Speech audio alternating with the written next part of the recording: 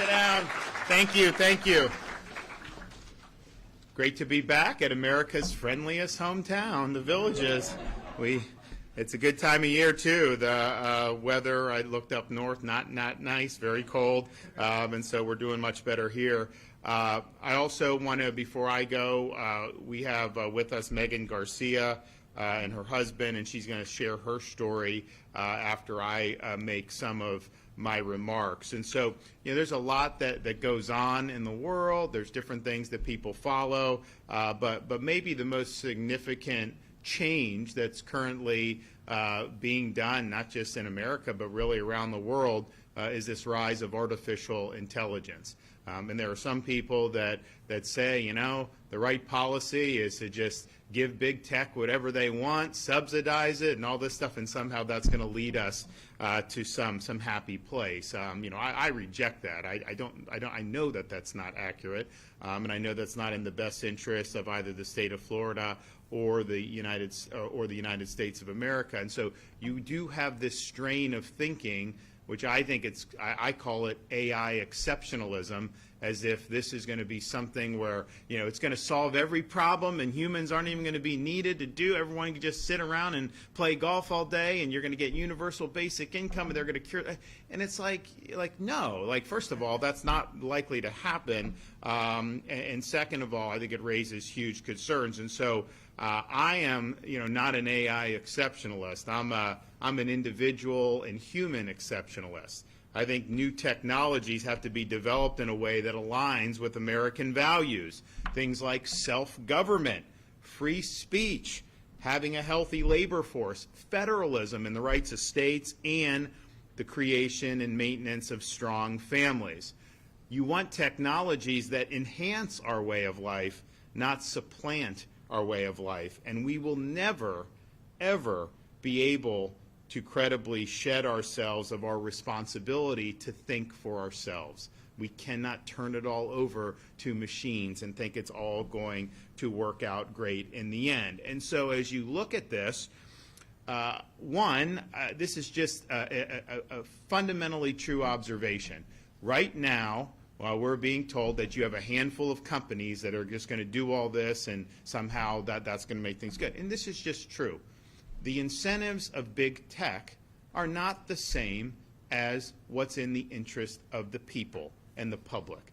The incentives of big tech is to maximize profits off of this. They're spending a lot of money on creating data centers, and I'm going to talk about that in a minute.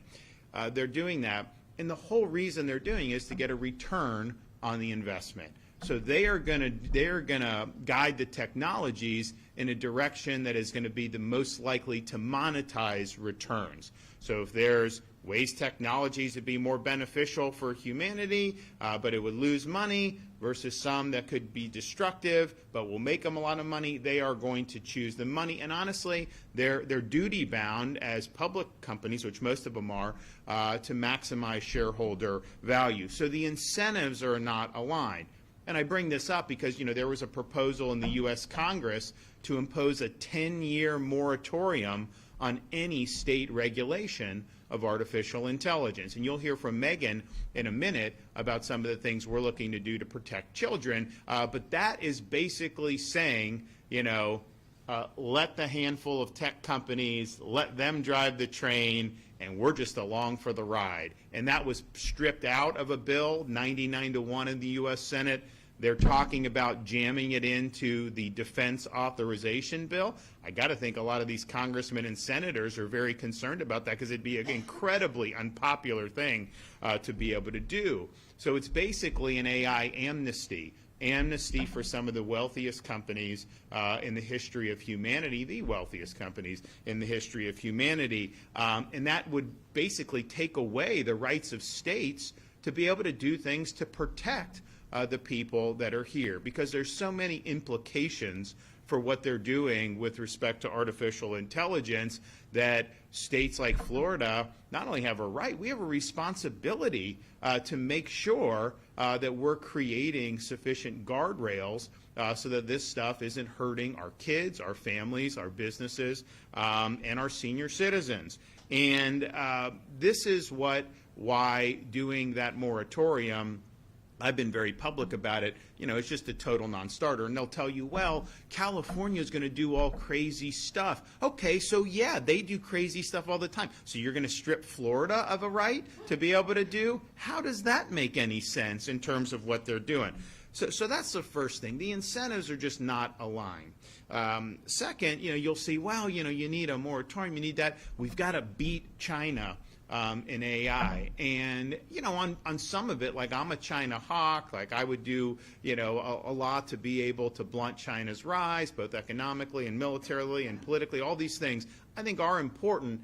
But if you were choosing a handful of companies to lead the charge against China, the big tech companies would be the last ones you want to do.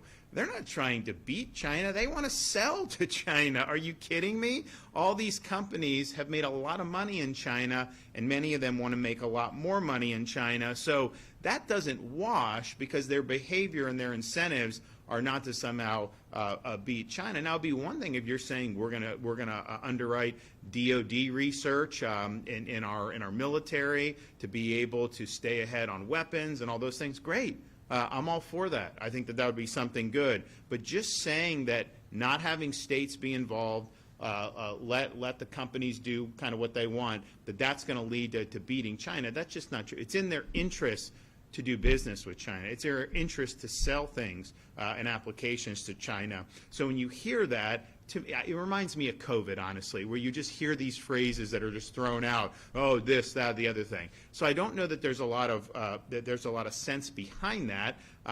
If you're talking about like a Manhattan Project about how we're going to be militarily superior to China, fine. Tell us how you're doing that. Tell us how that's going to be done within the context. But creating, you know, some type of chat bot that's going to do, and you're going to hear from Megan, you know, that's not beating China. You know, it's interesting. TikTok, it's a Chinese app, right? TikTok in China is much different than it is in the United States. You know, the negatives that we see with kids within the United States, China doesn't allow that to happen to their kids. So China's not in a race to do AI slop. That is not what they're trying to do. So yeah, let's talk about how can you do more technological innovation for defense, for medical research, for all those things. Great. But so much of this is the consumer facing, and that's really how they're going to try to monetize it, and that's what's going to end up having the biggest impact on society. You also have a situation of you're essentially arguing both at the federal level and some of the other states have tried to do things to subsidize the growth of artificial intelligence with special privileges, because a 10-year moratorium, when you have different types of tax, you know, some people, these data centers I'll talk about, you know, they build it, and so, you know, there's people that got to build it, so that's an economic impact. But once it's built, it's like 10 jobs, and they usually bring in foreigners for those jobs. And so it's like from a community perspective, the impact at that point is very, very little. And so, you know, you have this situation where some people are like, well, but they're big landowners, you know, they're going to pay, you know, a lot of tax, but then they give them property tax abatement, so they don't pay that either. So the point is you've seen a lot of unnatural policy seeking and achieving unnatural policy. It's not purely market driven. And so the question is, why would you want to put thumb on the scale here or there? First of all, that's typically not how you would do when you're talking about market economics. But in particular with artificial intelligence, one of the selling points of people who really are gung-ho about artificial intelligence is that it's going to cause a lot of job losses in the economy because they're going to be able to automate more and more things, and so you're not going to see as many people get hired out of college. You'll see if we're in a recession, you're not going to see any of those jobs come back. And I'm just thinking to myself, why would we want to subsidize that outcome that is going to potentially cause harm? And here's the thing, new technologies sometimes displace jobs, but sometimes they can open up other opportunities. And I think that that's true, but I think the interesting thing with AI is some of the proponents, they're almost gleeful that you're going to have fewer people employed. They're not even promising that there's all of a sudden going to be more. So again, I think that there's technology that can enhance a worker's productivity, enhance a business's efficiency in ways that would be valuable, but I also think that there are some who view it as a way to simply be able to have less people employed. And so you would not want to put your thumb on the scale to be able to do that. The other thing is there's nothing new under the sun. We see different technologies emerge, but underlying all this is the same insight the founding fathers had when they founded the United States of America. Human nature is flawed. And so when they were creating a government, they had to articulate the core principles that our rights come from God, not from the government, that the purpose of government is to protect those pre-existing rights, that we have a rule of law, not the whim of individuals, and that we have limited government and that power is divided between the states and the federal government, with the states having powers reserved that are not specifically enumerated. But the reason why they went and created the structure that they did to try to get those values enshrined in a constitution is because they wanted to make sure that the government operated with a proper understanding of human nature. You would never create government power and just hope people do the right thing. They expected people to not do the right thing. They wanted to channel it in a way so that people had the incentives to be able to govern in a way in a very complicated system where there's conflicting checks and balances that would ultimately be able to lead to at least not terrible outcomes, because they were very suspicious of government. But they were not just going to say that, yes, we'll just elect a bunch of angels into the government and everything's going to be hunky-dory. No. They said if men were angels, you wouldn't need a government. If angels govern the rest of the people, then you wouldn't need any restraint on government or internal control. But that's not the world we live in. So they understood, human nature being what it was, people that accumulate power, that there would be temptations and there would be abuse of the power. So that's why they have checks and balances. That's why the executive has certain powers. That's why the legislature, Congress has certain powers, the judiciary, all these different things. So when you're talking about AI, these are massive companies. In some respects, they have more power than governments in certain avenues of this. But there is nothing new about human nature. The founders would not have conceived of any of these social media, chat bots, none of that. But at the same time, human nature being what it is, you're going to have the same dangers of power being abused. It's just in a different sphere. It's just got different wrapping paper, but the underlying principles are the same. And so if you think about when you type in something on one of these LLMs, these learned language models, you ask them a question. First of all, a lot of the answers are inaccurate. Let's just be clear. A lot of the quotes can be fabricated, and you wonder how that's happening. And I told a story. I'm a Tampa Bay Bucks fan, right? We live in Tallahassee, so we're out of the Tampa Bay market, and it was Bucks Patriots a few weeks ago, and I'm like, oh man, the whole family's ready, right? And I go, and it was the national game. It was Jim Nantz, Romo were doing it. But then they had the Jaguars and Texans on in Tallahassee. So I go to Grok and I say, hey, how do I watch it? They're like, it's on your local CBS. And I'm like, no, it's not. And they're like, oh, well, you got to sign up for Paramount Plus. So I signed up for Paramount Plus. NFL Sunday. Jaguars and Texans on Paramount Plus, no access to the Bucks game. And I'm just thinking to myself, and then, people are like, oh, no, Governor, you got to do this way. Well, okay, but this, so it was wrong, right? And there's some kind of that was, I think, an innocent mistake. But whatever the data that these machines are synthesizing, if the data is garbage, their answers are going to be garbage. Garbage in, garbage out. So you are going to have a situation where you have a handful of these LLMs. Whoever controls the data, if you tweak the algorithm a little bit, you tweak some of the things in there, you're going to be able to generate all kinds of things that are not accurate and that are not good. People will, if given the power to effectuate that, they will do it to push an agenda. That will happen. There's no way it couldn't happen without safeguards. And I think back, when Google first came out, because remember, it was like Yahoo was the best search engine. I think I was in college still. And this Google comes out, and it's like very, very, just a little thing there, and it's like, oh, and you do it, and it comes. And man, if I was doing something, it would come out.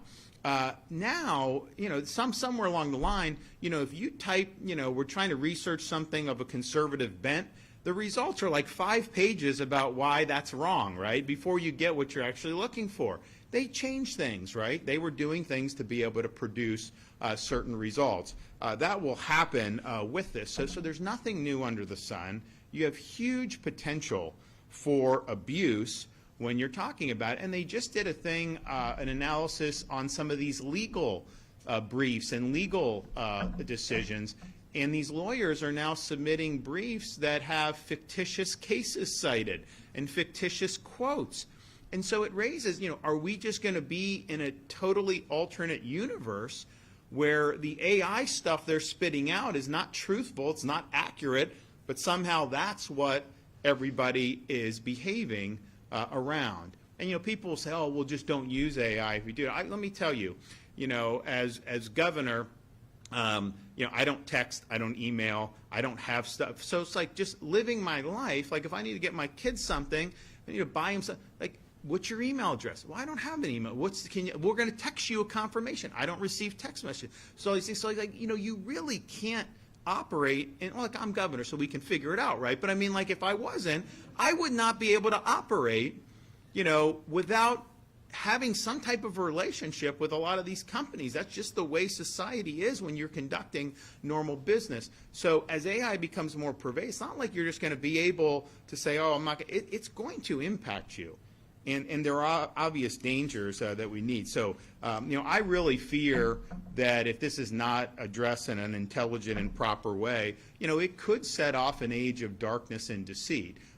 Some will say that it's going to lead to, curing cancer and all that. And I hope so. I think that would be great.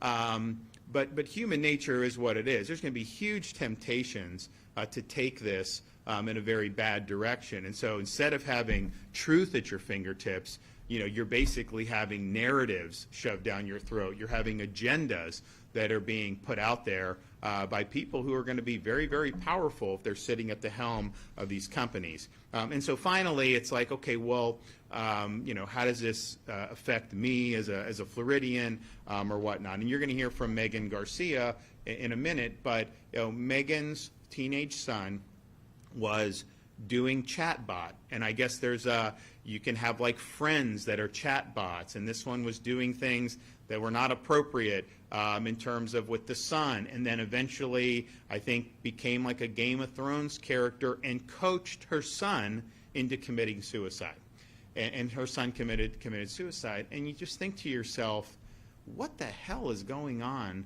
with this country that this would be something that we would be allowing to happen? And so you're seeing more and more of this.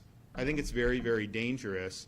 Again, going back to the financial incentives, these companies, most of them are sell advertising, right? I mean, so they need eyeballs. Well, you get these kids addicted on some of this stuff. You're going to have guaranteed eyeballs. You're going to be able to monetize that. So there's huge, huge problems that we see. So that brings us here today to be able to announce, and I've mentioned this before, but we're going to be proposing, and we're going to work with the legislature to establish an artificial intelligence Bill of Rights for individual Floridians in our state. This will be very far-reaching with consumer protections. It will do things like fortify some of the protections we have in place for things like deep fakes and use of explicit material, particularly those that depict minors. We are also going to make sure that your data is protected. We're not going to allow any state or local government agency to utilize Chinese-created AI tools when they're doing data here in the state of Florida. I know that there's some senators who are working on that. We're going to protect consumers and individuals from having your name, image, and likeness weaponized in a way that can do you harm. And we have a legal framework in place already with some of our statutes about fraud and different things with parts of political ads. But they can take you now, and they can put words in your mouth in ways that may be detrimental to you. I mean, certainly you're going to see it in politics a lot because they're going to put commercials with people saying things that they never actually said. And the one thing you learn about in politics is when you do, you see these ads, if someone runs an ad and says, John Smith is a dirtbag and this and this and that, I'm not saying it doesn't have an effect, but I think voters just look at that like typical. But if you have an ad in this guy's own words where he's proving to you that he's a dirt, then that really does matter, right? Because people see that and like, oh, I don't like that guy, right? Why did he say that? Why does he believe that? So there's definitely going to be, an incentive to want to do that. But even in business and other things, there's going to be huge possibilities, of abuse. We had fun with it. I don't know how to do it, but we had got it done. So my son is in second grade, huge Florida State fan, like the most loyal you will ever find, hates other teams, does not like the Gators. And I told him, they had the Florida State game, and I filmed him, and we'll put up his predictions sometimes. And I was planning on doing it, so I'm filming him, and I'm like, "Give me your prediction about it." And he just starts lacing into the Gators, and I'm like, dude, I can't put you on there as my son bashing on Florida school. I just can't do it. It's like, it's fine you have your allegiance, but you can't be. So I didn't put it on. But we ended up, so we were just having fun with them. And I don't even know how it happened because I don't know how to work it. But, you can do a picture of somebody and then tell, the AI to make so they have a picture of Mason in a Florida State jersey, kind of like that. And then they do it, and it creates this video where he's like that. He rips off the Florida State jersey. You see a University of Florida jersey, and then my son is doing the Gator chomp, saying it's great to be a Florida Gator. He was very upset when he saw that. He probably would sue if that ever got public. And he was just like, and he does not like artificial intelligence as a result of that. But I mean, and it's kind of that's slop, right? It's having fun or whatever. But honestly, it looked real. It looked real. So everyone, I think, is going to be in a situation where people are going to be able to manipulate this stuff. And I know that there's some senators that are working on that as well. We also want to protect families. We want to protect parents. And we want to protect minors. We will provide more parental rights in this bill. We're going to ensure parents can access conversations their child has with one of these LLM chatbots. Parent will be able to set parameters for when the child can access any of these platforms, and there'll be notifications for parents required if the child exhibits concerning behavior. There's sometimes, so we've got kindergarten, second, third grade, and sometimes, we did a social media bill for minors and help parents with that. And basically we said if you're 14 or under, the company can't issue an account. If you're 15 or 16, the parent has to consent. Above that, it's hard for us to do at that point. And some people are like, well, the parent should just do. If a 10-year-old is doing it, it's the parent's fault. Well, I'll tell you, it's hard to police as a parent. I mean, they're in school. They do different things. Other kids may do it. You really do need to have kind of an environment and a structure so that the parent control is really protected and elevated. To just say parents are supposed to figure it out. With these technologies, the way they develop, and these kids they know how to swipe, they know to do this at a very young age. So I think that that's really important to be able to do that. We also want to make sure that data inputted into AI is secure and private. We will not allow companies to sell or share personal identifying information with third parties. And we're going to mirror our data privacy protections that are in current law. I mean, ultimately, you type in, you ask a question, is that private, or are they selling that, to other people? And I think they have all this, and they mine the data, and they make money off of it. We will also protect consumers from unfair claims practices. We'll make sure that, for example, if you file an insurance claim, that you can't just be denied by AI, that you got to have human review, and a human being has to stand by a decision whether to grant or deny a claim. We're also looking at, and then also things like legal briefs. I think you should have to certify that AI was used in the creation of a legal brief. Certainly, if an AI wrote the bones of it, I think you got to disclose that. It's just think, you hire a lawyer, you have a claim, they file a brief, and they have fake cases because they were doing AI. That's malpractice. I'm sorry, you should lose your license. So there's going to be a lot of professional things that I think there's going to be expectations where people are doing that. Now, data centers. How many people even know about these data centers? I mean, 6 months ago, no one really talked about it. Now it's become something of a flashpoint because basically to run artificial intelligence, they have to run it through these massive computer systems, and there's servers. There's a whole bunch of stuff that I personally don't, have the technological expertise. I just know it takes a lot of power. And so when you're doing a chat bot, when you're doing some of these things, it needs way more power than, say, a simple Google search would need to do. And so there's an effort underway by the industry to build these massive hyperscale data centers. And so the one, I know Meta's going to build one in Louisiana that's going to be about the size of Manhattan.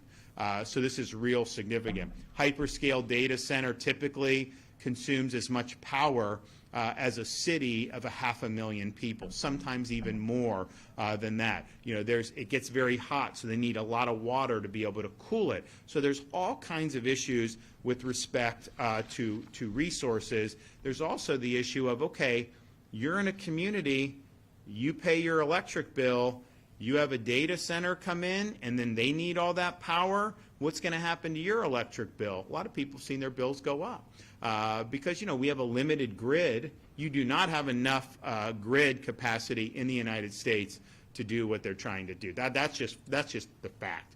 People say, oh, we'll just build more nuclear. Well, how long does it take to do that? Like, I'm all for it. We did an energy bill in Florida a couple years ago. You can do the small modular reactors in Florida. It just isn't economical. That's why people aren't doing it. So the idea that, oh, yeah, you could just do it, no, there's a finite amount of grid. You can try to expand it, but that's more of a private sector issue. But you're not going to be able to get what's needed for this the way it's going. That's just a fact. You also have environmental concerns, taking farmland, taking even sensitive land to be able to do the data centers. And that's not something we want to see in the state of Florida. So we will have in our Bill of Rights protections for Floridians with respect to AI data centers. We're going to protect ratepayers in the state of Florida. We will prohibit all utilities from charging Florida residents more, whether that's water, electric, gas, you name it, in order to help support a hyperscale data center. We will also protect taxpayers by providing and prohibiting subsidies to hyperscale data center construction. We're going to protect local control to ensure and codify that local governments have the right to reject the construction of a hyperscale data center. We'll protect Florida's water resources by making sure those resources are plentiful for Floridians and that we continue making strides with clean water. And we're also going to protect natural Florida by preventing any construction or siting, of a data center by foreigners or in areas classified for agriculture or under our Greenbelt exemptions. And we're going to make sure that Florida Department of Transportation does a noise review to make sure that Floridians aren't bothered by the sound of all these things. And so what we are proposing will be the most significant protections for individuals anywhere in the country by far. When they said this state shouldn't be able to get involved in this, they said, well, California is going to impose woke standards. California is going to do this kind of, and I don't know if they're doing it. We're not doing any of that. What we're doing is things that are going to make sure that we put Floridians first, that we look out for our own people and not just have people get harmed by this rush to create data centers, a rush to try to infuse everything with artificial intelligence without sufficient guardrails. So I've had a lot of people talk to us over the weeks about doing all this, and we said it was coming. A lot of people were asking about it, and I've had productive conversations with members of both the House and Senate in the state of Florida. You know, I will tell you, what I've noticed is, you know, go back 9 months, you talk about data centers, people didn't know. Talk about AI, it wasn't as, but as more and more information has gotten out, you know, do you want a hyperscale data center in the villages? Yes or no? You know, I think most people would say they don't want it, right? Do you want to see some of these chat bots and all these other things doing? I think most people say, you know, it's likely to be harmful. So what we're doing, and we're going to be very nimble about this because it's a rapidly developing technology, but I think back, you go back 10, 15, 20 years, whenever it would have been appropriate, there was a view on social media and some of this stuff to just, hey, you know, it's fine, you know, it is what it is. But, yeah, we've seen a lot of damage to kids with social media. There could have been things that were done that would have created a better structure so that would have been channeled in ways that are better aligned with family values, American values, and Florida values. So we're leading on this. We think this is going to be good. There'll be a lot of debate about these things, obviously, you know, as we